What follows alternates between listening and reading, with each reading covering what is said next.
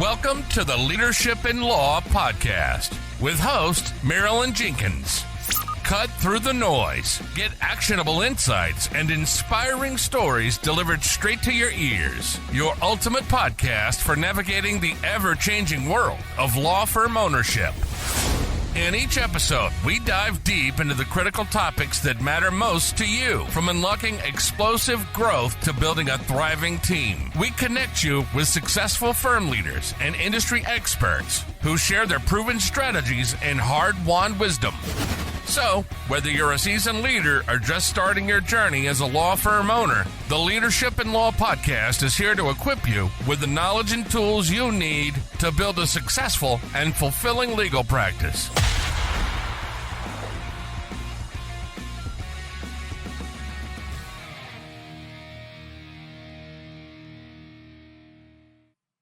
Welcome to another episode of the Leadership in Law podcast. I'm your host, Marilyn Jenkins.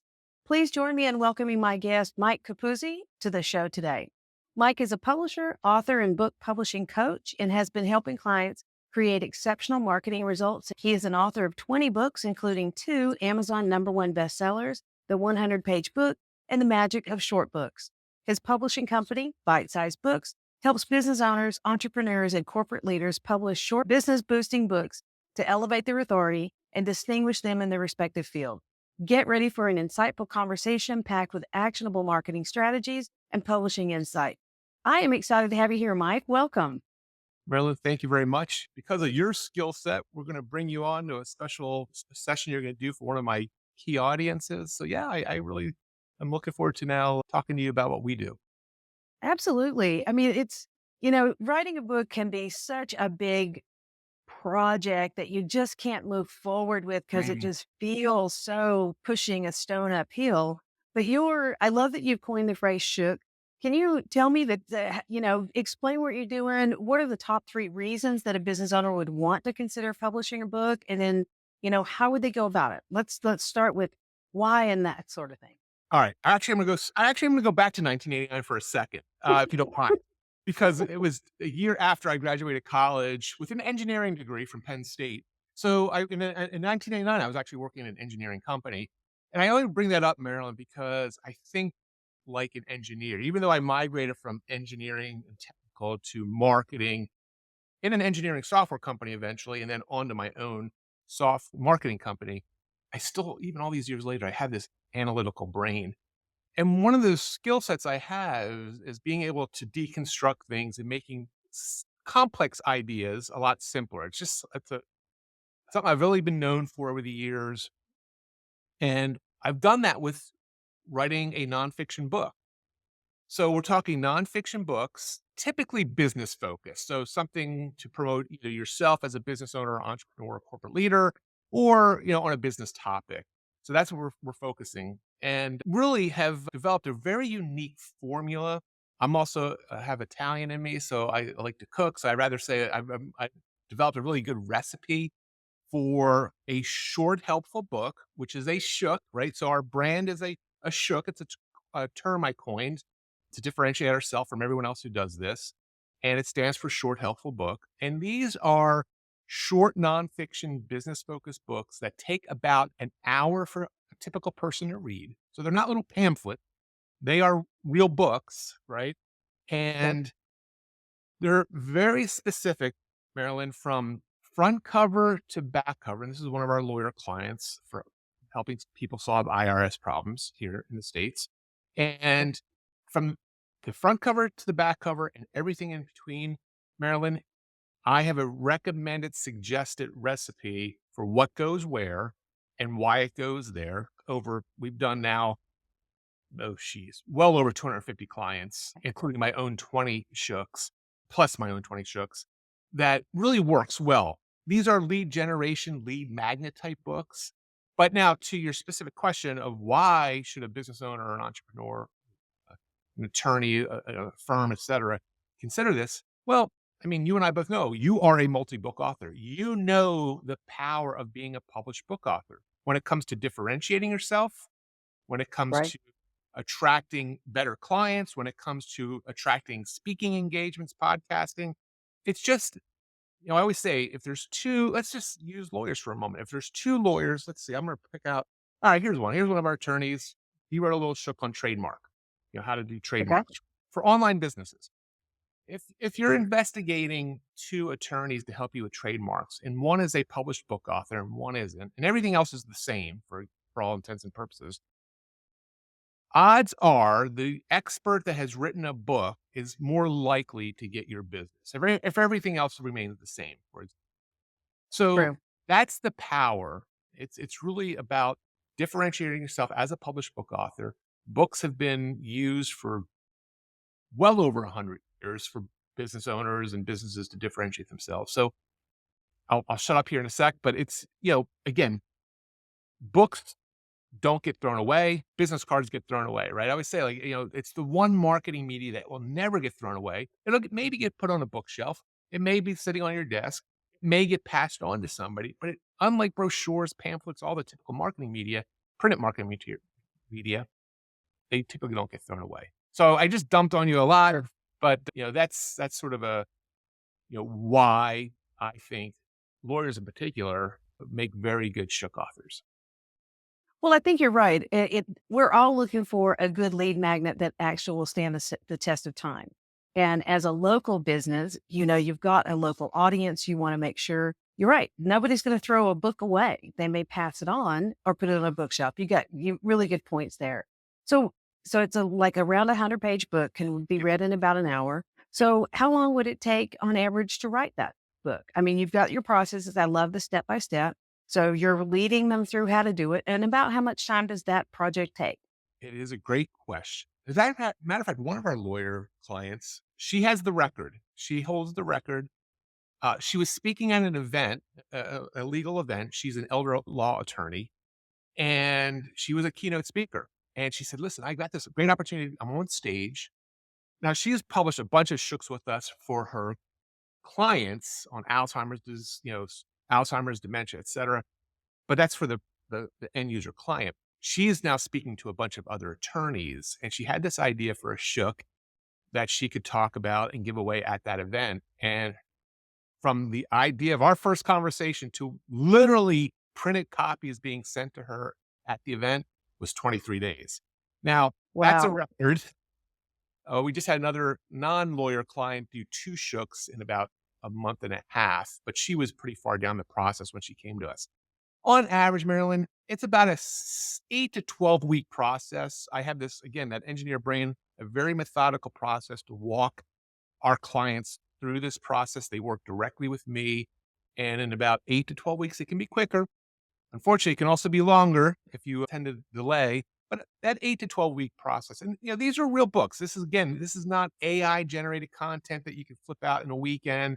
Not that that's a bad thing, but that's not what we're talking about here.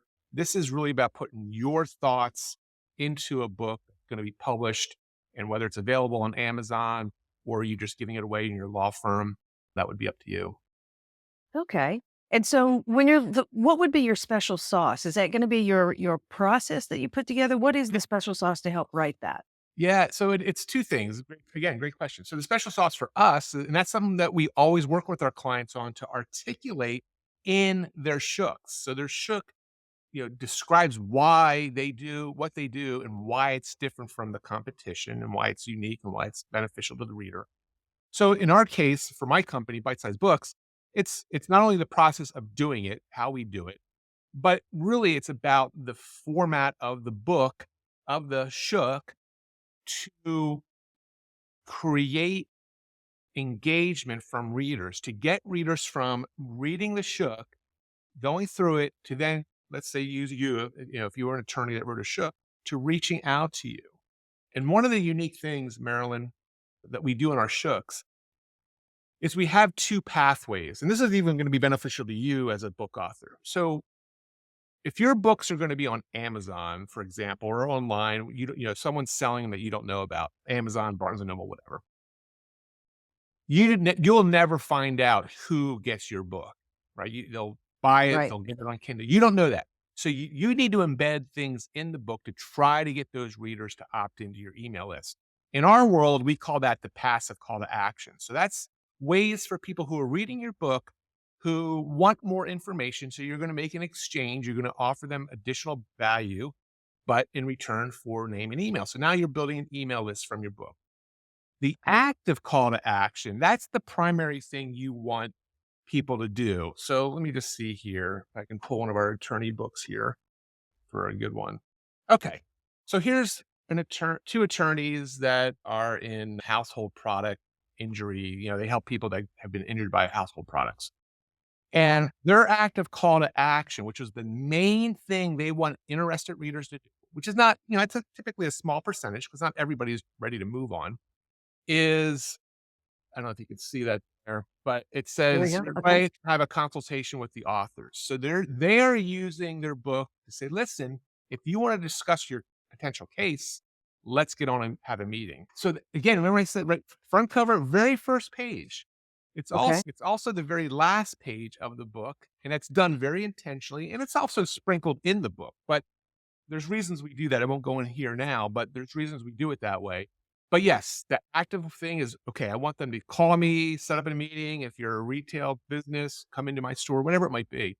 That's the number one thing. The passive thing is, hey, I'm not ready to do that just yet. And I'm speaking as a reader, but I want more information from Marilyn.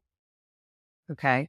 So now I've downloaded or read marketing books in the past, just thinking about business books. And a lot of times they'll have a resources portion or link that you can go to the website, opt in to get more resources. That, of course, would be one of your passive calls to action, right?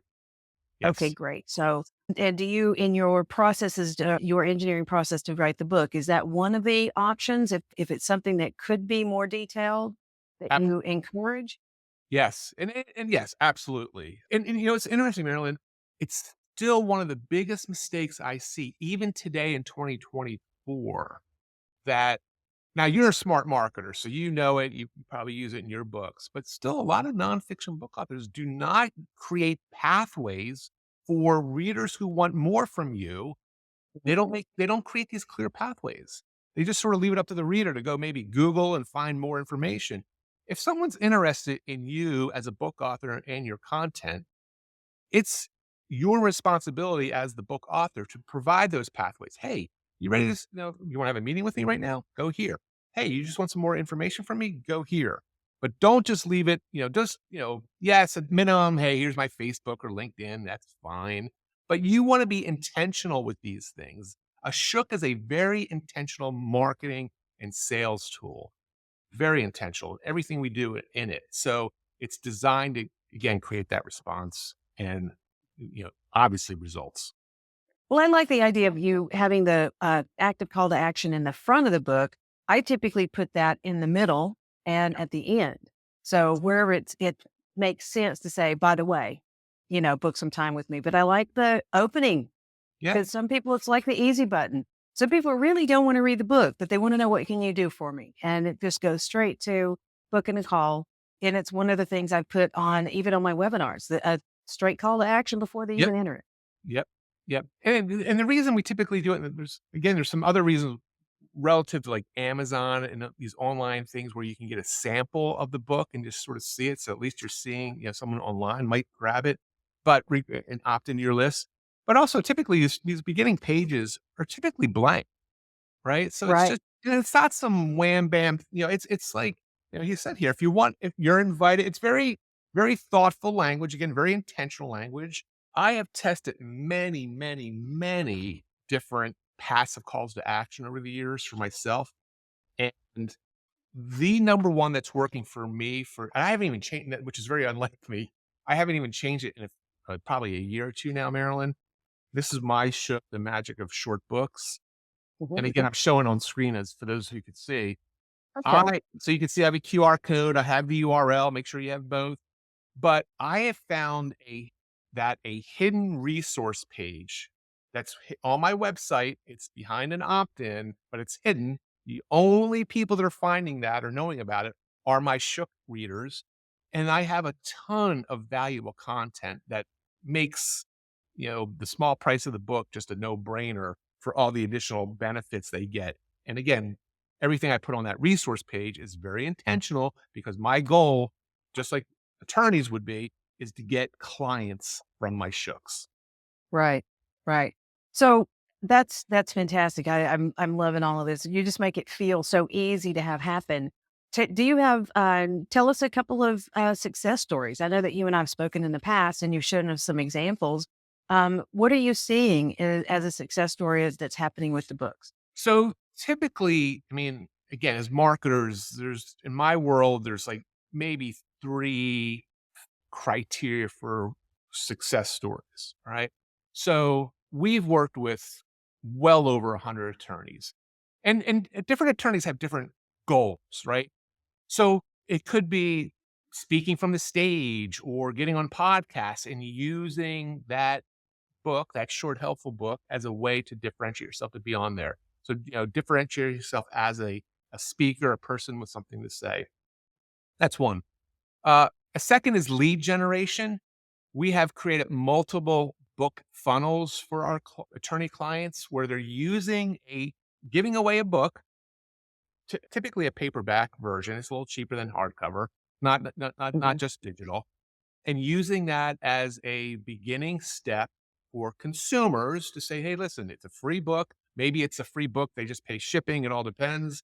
And they're using that to build a list. And then they're using follow up marketing, automated follow up marketing, CRM type stuff to try to get those folks to, whatever the active call to action is. They're advertising that on Facebook, Google, whatever. And then the third criteria, so lead gen, building a list. And then the third thing is getting clients. So I mentioned the attorney, for example, and she's done 5 or 6 shooks over the years. Literally, Marilyn, and I've interviewed her in one of my shooks. She says the reason she publishes books for consumers, right? The reason she publishes them for the public is because she has found that her best clients tend to come from a book. They've read one of her books, and for whatever reason, whether they spend more money or they're more educated, whatever it might be, she has shared that with us. But her results for her elder law practice, where she offers services with people and families with dementia and Alzheimer's, literally measured in the hundreds of thousands of dollars, where Wow. the family, the daughter, the son, the husband, the wife, whatever, started by grabbing one of her shooks. Well, actually, here's one. There's her dementia one. You're living with dementia. And she's written a whole series, so they all kind of look alike. But Wow. rather than having one big book on dementia, she's broken it out. Dementia, Alzheimer's caregivers. That way she can market differently for each audience, but also someone doesn't have to wade through a 300-page book. I think it's Mhm. much better to have 3 100-page books than one 300-page book. Well, that makes sense because even practically every attorney could break out their practice by focus points, I guess you could say. Absolutely. Absolutely.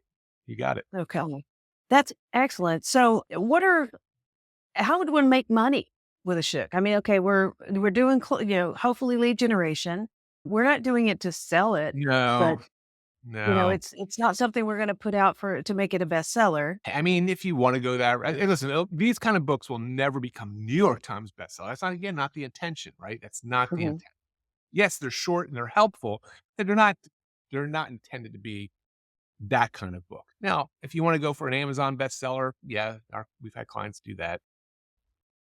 I think the thing I wanna stress, and you already mentioned it, as a nonfiction book author, and if you're trying to use them for lead generation and client attraction and client generation, the last thing you wanna worry about is making money by selling a book. So I still have seen people, create these books, pricing them at 20, 30, $40 because they're valuable. I get that.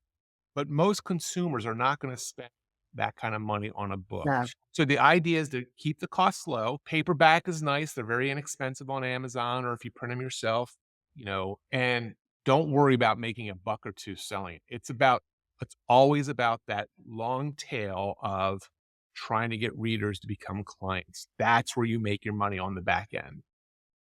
Yeah, and I think another good idea is, and if you're in the local market and there is a local mom and pop bookshop, they normally have a section for local Uh-huh. authors. Uh-huh. That's a great place to put it out there, and you never know what client's going to pick. Potential new client's going to pick that up.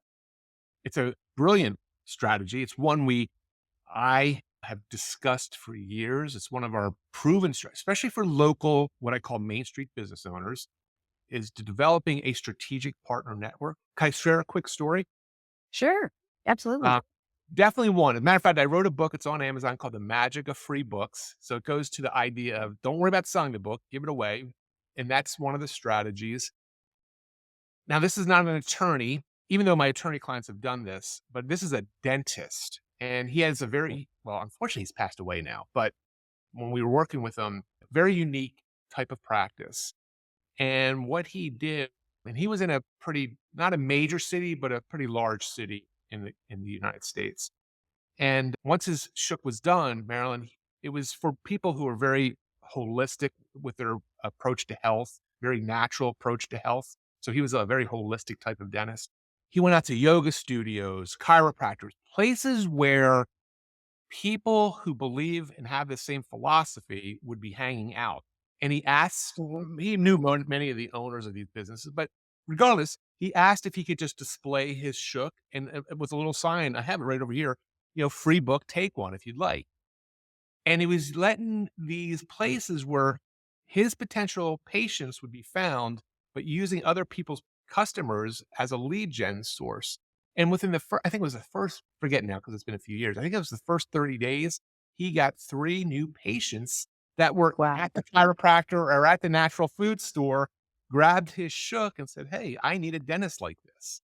So to your point Right. of getting it out there in the local, whether it's a local bookstore, which is another resource, or what I call strategic partners, very smart strategy. Wow. Fantastic. So this has been incredibly enlightening about writing a book and getting it out there and just being known as a published author and for lead generation. I know that you have some gifts for our listeners. What are they and how can they get them from you? Yeah. Well, thank you.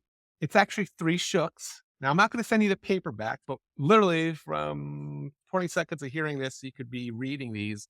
We also do these little things. So here's a shook, right? It's a little smaller in Okay. size. We also use little mini shooks.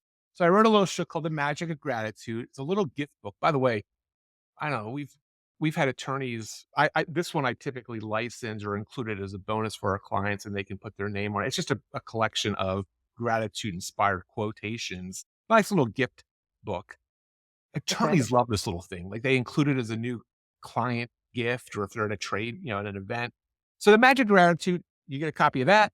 You get a digital copy of The Magic of Working Together.